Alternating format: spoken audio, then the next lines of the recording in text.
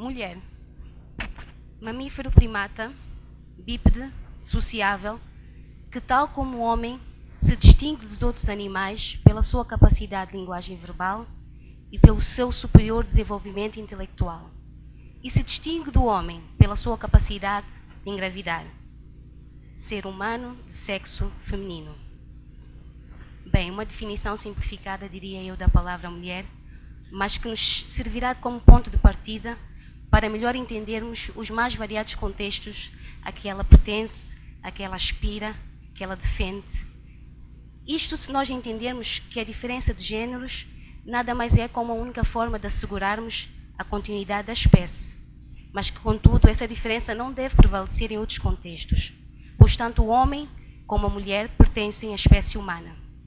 Se assim o é, eu deparo-me sempre com a seguinte questão: qual tem sido verdadeiramente o lugar da mulher nos dias de hoje? A resposta a isso darei mais à frente, mas fazendo um percurso histórico, eu pude chegar à conclusão que a mulher, apesar da sua reconhecida versatilidade, tem sido criada no sentido de servir como uma área de conforto ao género oposto, ou seja, criando todas as condições para que ele se sinta amado, para que ele se sinta cuidado. Contudo, tendo ela que muitas vezes sacrificar a sua ideologia, a sua identidade e principalmente os seus sonhos. E essa é uma realidade ainda flagrante no nosso país. Embora seja mais expressiva em outras sociedades, eu acredito que ela ainda exista cá. Porque entender e aceitar que a mulher goza da mesma capacidade e habilidade que o homem é ainda visto como algo atentatório à virilidade do mesmo. E a forma de revertermos esse tipo de pensamento é a partir da educação. A forma como nós educarmos os nossos filhos e filhas seguramente irá garantir que eles tenham um posicionamento diferente perante essa diferença de géneros. Irão posicionar-se de uma forma diferente, irão pensar de uma forma diferente e principalmente irão atuar de uma forma diferente. Enquadrando melhor o que eu acabo de dizer, a mim dá-me a impressão também que a nós mulheres é exigida que de forma quase permanente um ideal de perfeição, mas no que respeita às lides domésticas. Um pouco de encontro com aquilo que eu disse inicialmente, para que nós sejamos perfeitas para o género oposto. E nesse sentido, o curioso é que essa exigência é nos incutida por outras mulheres, também elas sacrificadas, ou a maior parte delas sacrificadas, querendo a todo custo incutir uma certa competição entre nós, ainda que de forma sutil, para vermos qual é que é mais prendada, quem é que faz melhor, quem é que domina as receitas do bolo e tudo o resto. Eu, particularmente, eu não me revejo tanto nesse tipo de disputa. Eu defendo, sim, que as mulheres devam aspirar a serem melhores, mas por elas mesmas, mas não porque têm que se colocar à disposição de terceiros. Porque essa é a única forma de nós fazermos com que qualquer sacrifício não pareça um fardo. As mulheres, ou seja, nós, devemos colocar os nossos propósitos em primeiro lugar, no centro das nossas aspirações.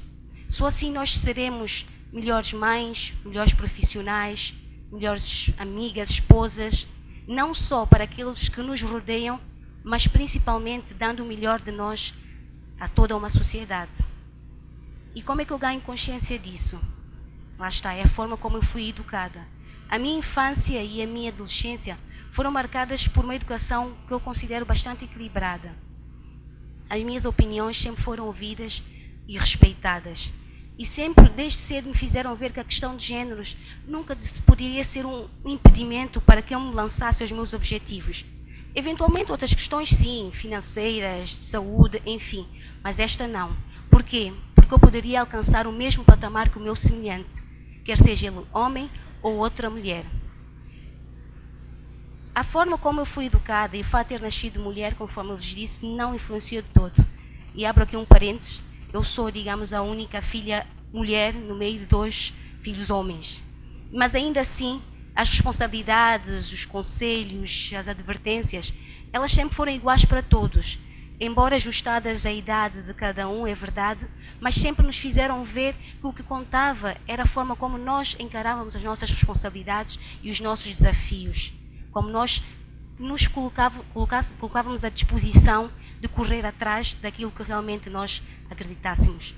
Eu recordo perfeitamente que o meu pai muitas vezes, quando me cobrava o resultado de alguma tarefa ou mesmo em relação aos estudos, eu usava o fator tempo como um pretexto por não ter conseguido muitas vezes dar resposta ao que me era solicitado. Meu pai sempre me dizia: filha, não, se o dia tem 24 horas, tu deves aprender a equacionar o teu tempo. Aliás, isso foi tão bem aplicado que eu recordo quando comecei a fase dos namoros, eu tive até a ousadia de dizer ao meu pai que ele não se preocupasse com o namoro, não ia influenciar no estudo, porque eu aprendi a equacionar o meu tempo. Bem, vocês não querem imaginar a expressão do meu pai. A expressão do meu pai, é verdade. Mas tudo isso para dizer que o conceito estava lá.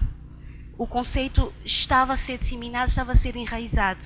E dessa forma aprendi a ver melhor as minhas responsabilidades, a esquematizar o meu cotidiano e a equacionar o meu tempo. Bem, falando um pouco mais de mim, eu, terminados os estudos, regressei a Santo Tomé em 2010 e desde então tentei sempre incrementar a minha vida em todos os contextos. Profissional, pessoal, social, enfim. Só para vos dizer que em pouco mais de 4 anos casei-me, fui mãe de 2 meninos, constituí uma empresa com o meu marido, que atualmente é o meu sócio também, constituí uma sociedade de advogados com mais 2 colegas, interesso-me por questões políticas, por questões sociais, enfim. Tudo isto misturado e associado sempre com outros trabalhos que vão surgindo. De dizer que, lá está, a forma como me ensinaram a equacionar o meu tempo, talvez tenha sido desde sempre a mais-valia para que eu conseguisse movimentar-me em todos esses contextos, para que eu conseguisse esquematizar tudo isso. É verdade que a maternidade é algo transformador e estou segura que a maior parte das mulheres aqui, ou acho que já tenham sido mães, sabem que passa a haver um antes e um depois. É um marco, é verdade. Mas o lado profissional, para mim, sempre esteve muito presente e sempre contribuiu em larga medida para o meu sentimento de utilidade. E eu acredito que esse seja o grande desafio das mulheres atuais, que têm que se esforçar duplamente para poderem movimentar em todos esses contextos, para poderem equacionar o seu tempo e conciliar o seu dia a dia. É certo que sim, o equilíbrio é a chave de tudo. Para mim é tão gratificante chegar a casa e ser acolhida pelos meus filhos, pela minha família, como também presenciar o crescimento da minha empresa, a prosperidade da minha empresa, ganhar uma causa ou simplesmente poder no final do dia confraternizar com umas amigas. Tudo isto se entrosa, tudo isto se concilia e isto acredito ser o grande desafio de nós mulheres atuais. Corrermos atrás daquilo que nós idealizamos, daquilo que nós acreditarmos, sem termos que necessariamente abdicar de uma coisa em prol da outra. Ou seja, aceitarmos esta mesma condição. Eu defendo que é nesta simbiose, aceitação e educação, que realmente nasçam mulheres que façam acontecer. Mulheres que se definem, mulheres que sejam capazes de redefinir outras mulheres, com bons exemplos, gerando um certo efeito contágio para uma mudança de mentalidades e, consequentemente, para a mudança do paradigma em que elas estão inseridas. Porque se assim não for, elas limitar-se-ão a ser apenas donas de casa. Eu aqui abro um outro parênteses do porquê do apenas.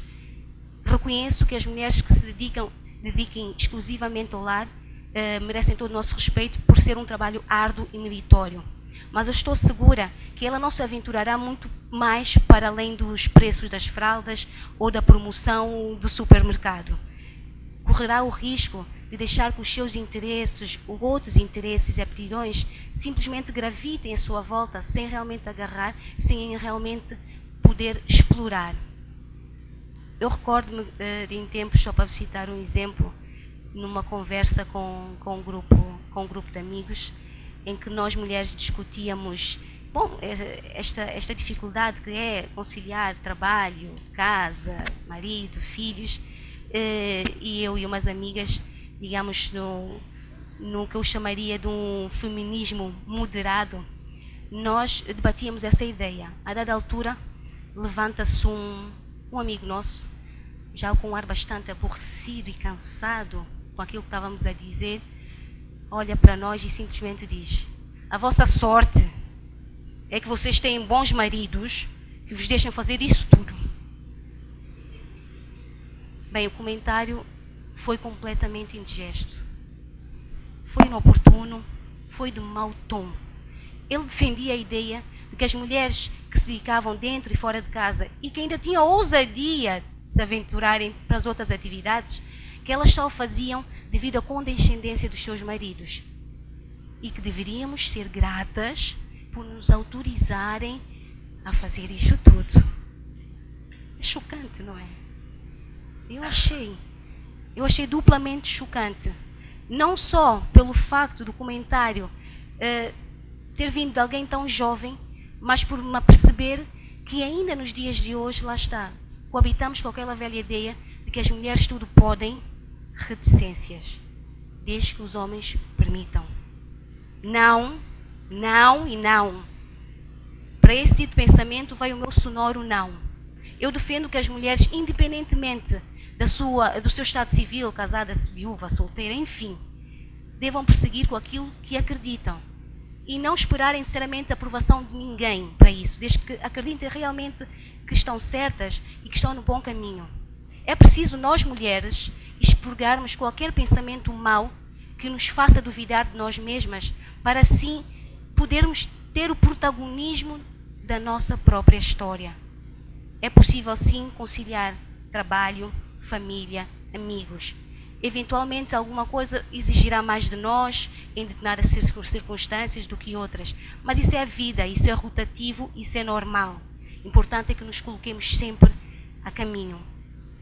E nesse sentido, da minha experiência, eu só posso concluir que posso não vir a ser a mãe mais perfeita, a profissional mais perfeita, a empresária mais perfeita, mas, meus caros, eu sou seguramente uma mulher mais feliz.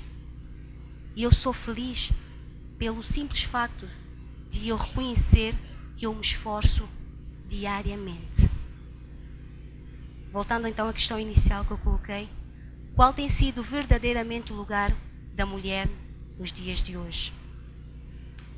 Eu acredito que a mulher continua a ocupar um papel crucial enquanto pilar da família. E isso é bom.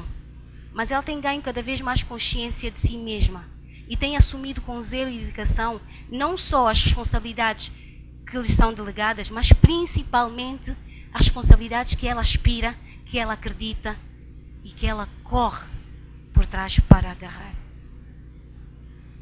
Ou seja, eu acredito que as mulheres têm ganho cada vez mais consciência do que o seu lugar é em todo lado.